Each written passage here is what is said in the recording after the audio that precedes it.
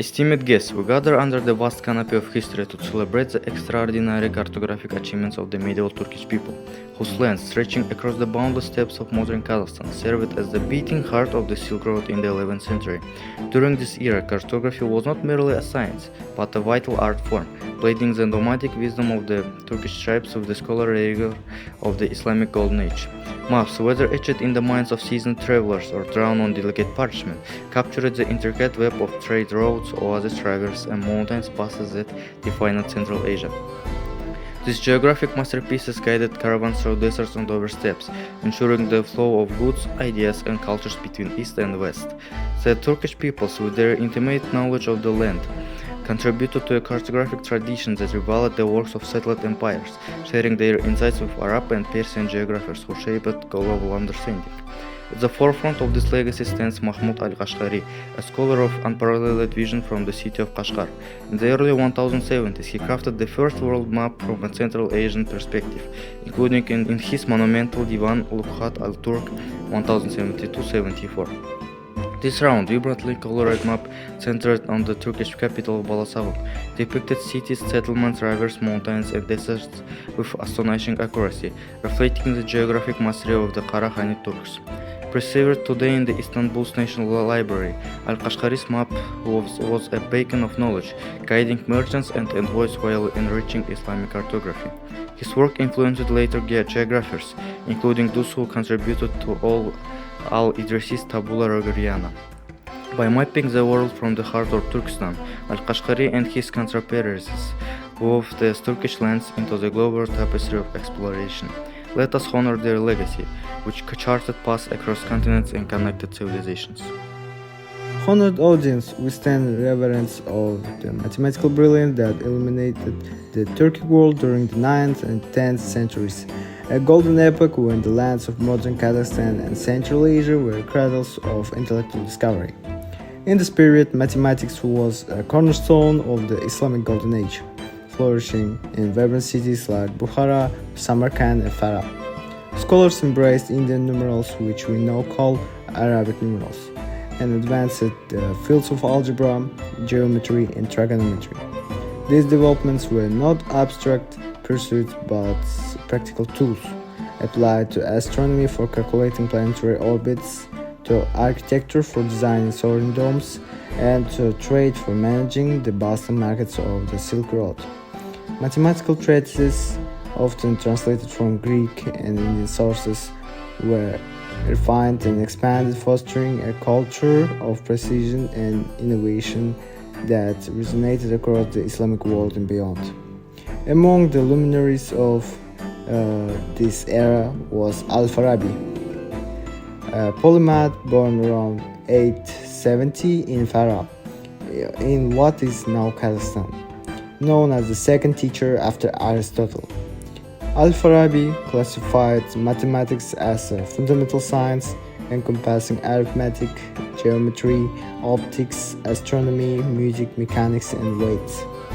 His treatises clarified complex geometric proofs, bridging Greek mathematical traditions with Islamic scholarship.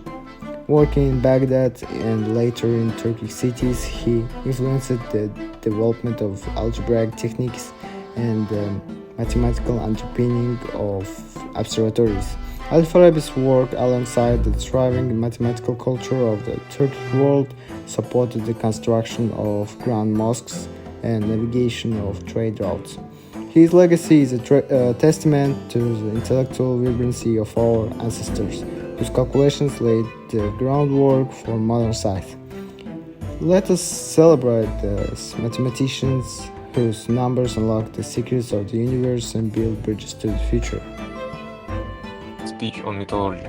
Noble friends, we gather to pay tribute to the mythological mastery of the medieval Turkic peoples, whose craftsmanship from the 8th to 15th centuries forged the tools, weapons, and treasures that defined empires across the steppes of Kazakhstan and beyond. In this era, mythology was a sophisticated craft driven by the demands of nomadic warfare, Silk Road trade, and artistic expression. Turkic artisans working in portable forges suited to their mobile lifestyle mastery and smelting of iron, copper, bronze, and pressure metals. They developed advanced technique like pattern welding, which layered metals to create blades of unparalleled stretch and beauty, and alloy creation, which produced durable tools and ornate jewelry. Archaeological discoveries at sites like Tugunbulak and Jeskalgan reveal large-scale copper smelting and steel production, underscoring the economic and military significance of these skills. Metallurgy was not only practical but also cultural, with gold and silver ornaments reference the Turkic reverence of artistry and nature. Though no single metallurgy name is etched in our chroniques, the collective genius of Turkic craftsmen shines through their works, from the Altai Mountains to the Caspian shores. They forged swords and armor coveted by empires from China to Byzantium. Their design belied functionality with intricate patterns inspired by the steppe. Their portable forges allowed warriors to repair weapons on campaign, ensuring the mobility of the Turkic khaganates. Gold and silver works, adorned with motifs of animals and stars, graces the courts of Samarkand and the tents of nomads, showing a deep understanding of alloy. These artisans were the using archaeological of our port history, their fires-fueling trade and conquest. Let us honor their legacy with transcendence raw or into the inquiry, symbols of Turkic strength and creativity, forging a heritage that still gleams today. Wise listeners, we come together to reflect on the profound philosophical heritage of the Turkic world, which flourished from the 9th to 11th centuries in the lands of modern Kazakhstan and Central Asia. During this period, philosophy was a vibrant discipline, weaving together Greek rationalism, Islamic theology, and the nomadic wisdom of the steppes. In the madrasas of Bukhara, Samarkand, and Balasagun, scholars engaged in spirited debates on metaphysics, ethics, politics, and the natures of existence, seeking to harmonize reason with faith. The rise of maturity theology, which emphasized rational inquiry within Islam thought, shaped these discussions, while poetic works encoded moral and social teachings for rulers and common folk alike. Turkish philosophy was deeply practical, addressing how to govern justly, live virtuously, and maintain balance with the natural world, reflecting the nomadic reverence for community and harmony. Respected guests, we are amazed by the medical progress made in the Turkic lands during the 10th and 11th centuries. This was a time when medicine reached new heights along the Silk Road. Medicine during this period combined practical knowledge, study, and cultural exchange, drawing from Greek, Persian, Indian, and Turkic traditions. Cities like Bukhara and Samarkand were centers of medical innovation, where doctors performed surgeries, used herbal treatments, and cared for patients in ways that were among the best in the Islamic world. Physicians wrote detailed texts about disease cures and surgical techniques, while pharmacists used local herbs like wormwood and ephedra. Veterinary medicine also flourished, helping care for the animals that were essential to Turkish life. This medical culture focused on care and